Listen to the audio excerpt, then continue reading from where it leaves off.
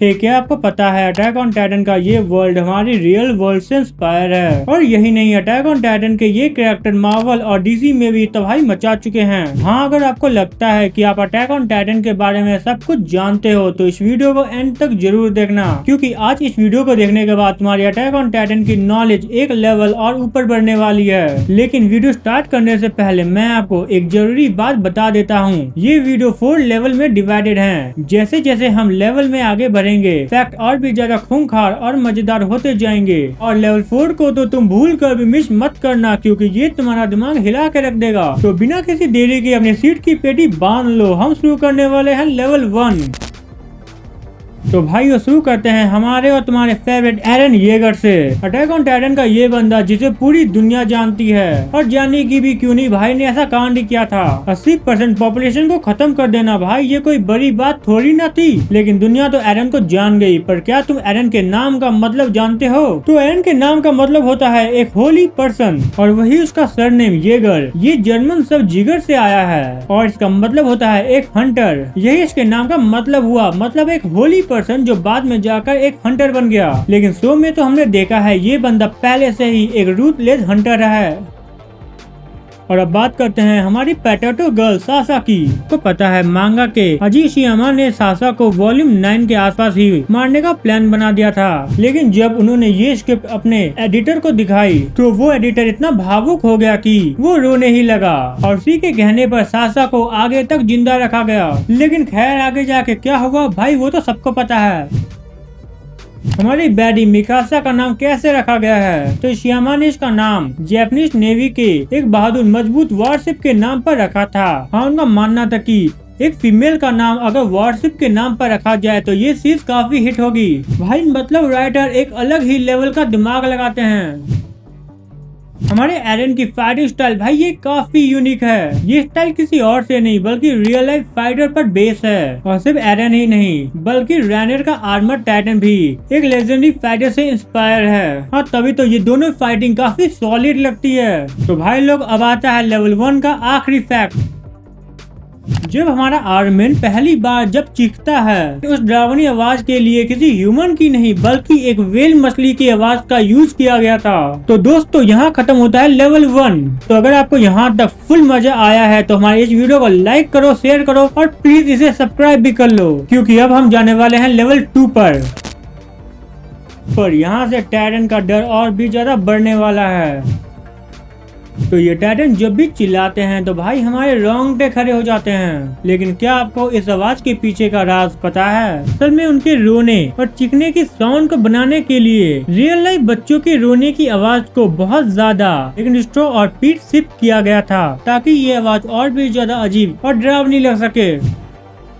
तो हमारे इशियामा के दिमाग में इन टाइटन्स का आइडिया आया कहाँ से? जब वो एक इंटरनेट कैफे में थे तो उस वक्त एक ड्रंक मैन ने उनकी कॉलर पकड़ ली। उस दिन उन्हें रियलाइज हुआ कि इस दुनिया में सबसे डरावनी चीज वो होती है जिससे आप बात ही नहीं कर सकते। बस यहीं से उन्हें अटैक ऑन टाइटन का ये कॉन्सेप्ट मिला। जैसे मैंने अपने इंट्रो में बताया था तो मार्वल और डीसी 2014 में एक ऑफिशियल क्रॉसओवर कॉमिक लाई थी। हाँ, इसका नाम था अटैक ऑन एवेंजर्स, और इसमें टाइटन्स ने डायरेक्टली अमेरिका पर अटैक किया था। हमारे पूरे एवेंजर्स उसे फाइट करते हुए दिखते हैं।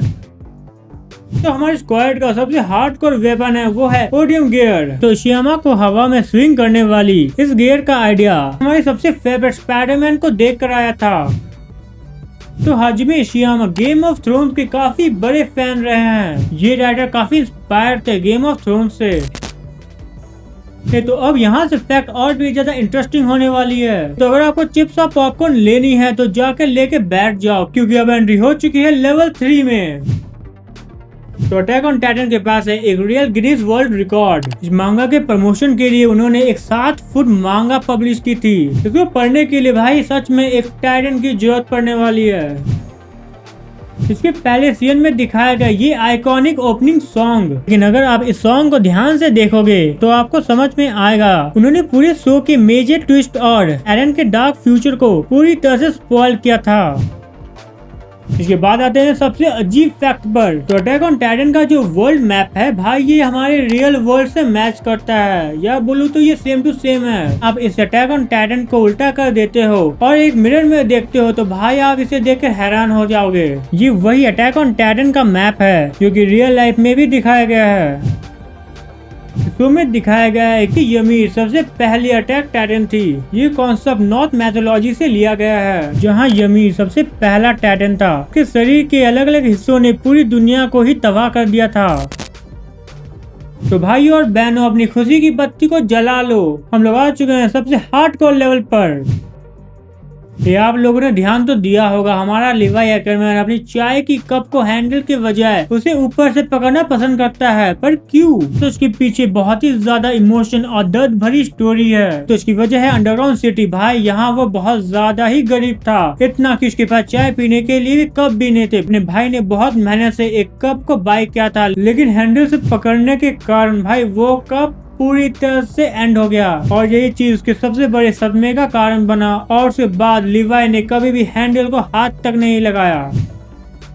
टाइटन देखने में बहुत ज्यादा जायंट और बड़े लगते हैं, लेकिन उसका शरीर काफी ज्यादा लाइट वेट होता है। जब हांजू उस पर रिसर्च करती है तो हमें पता चलता है कि वो बिल्कुल एक कागज या धूल की तरह हल्का महसूस होता है। और सबसे बड़ी बात, ये टाइटन इंसानों को भूख की वजह से तो नहीं खाते हैं, क्योंकि उनकी बॉडी में कोई भी ऐसा सिस्टम नहीं है जो इंसानों को उसकी बॉडी के बाहर निकाल सके। या फिर मैं कहूँ भाई, इनके पास तो स्टोमक्स भी नहीं है। वो बस एक अधूरी चाहत की तरह इंसानों को मारते हैं, लेकिन बाद में उसे एक वॉमिट की तरह निकाल देते हैं ताकि वो और भी इंसानों को खा सके।